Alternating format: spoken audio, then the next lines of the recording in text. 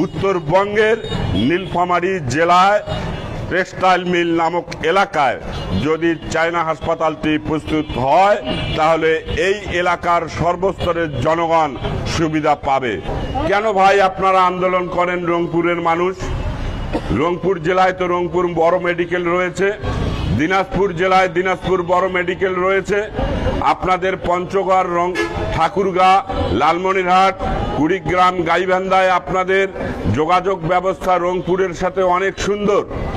আমরা জেলা প্রশাসক মহোদয়কে বলেছিলাম নীলফামারী জেলায় কেন এই মেডিকেল কলেজটি প্রয়োজন। সর্বপ্রথম যদি আমরা ধরি যে এখানে একটি বিমানবন্দর রয়েছে আমাদের জেলায়, যা রংপুর জেলার 8 জেলার কোথাও বিমানবন্দর নেই।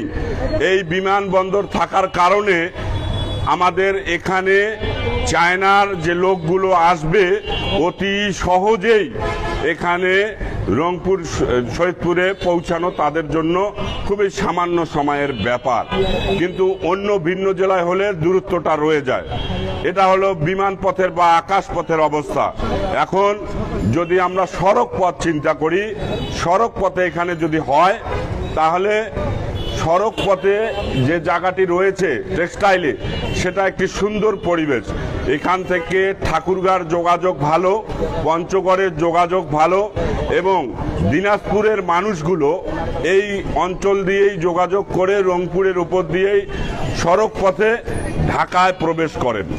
তাহলে সবগুলোর আকাশপথ, সড়ক পথ গেল এবং রেলপথ যদি ভাবি, আমাদের নীলসাগর এক্সপ্রেস রয়েছে। নীলসাগর এক্সপ্রেস সরাসরি চিলাহাটি থেকে ঢাকায় যাতায়াত করে এবং ঢাকা থেকে চিলাহাটি যাতায়াত করে। সড়ক পথ, রেলপথ এবং আকাশপথ তিনটি সহজলভ্য পথ রয়েছে এই নীলফামারীর যদি টেক্সটাইল হাসপাতাল প্রস্তুত হয়। আমরা জানি সরকারের টেক্সটাইল এলাকায় যে জমিটি রয়েছে সেটি প্রায় 53 একর জায়গা।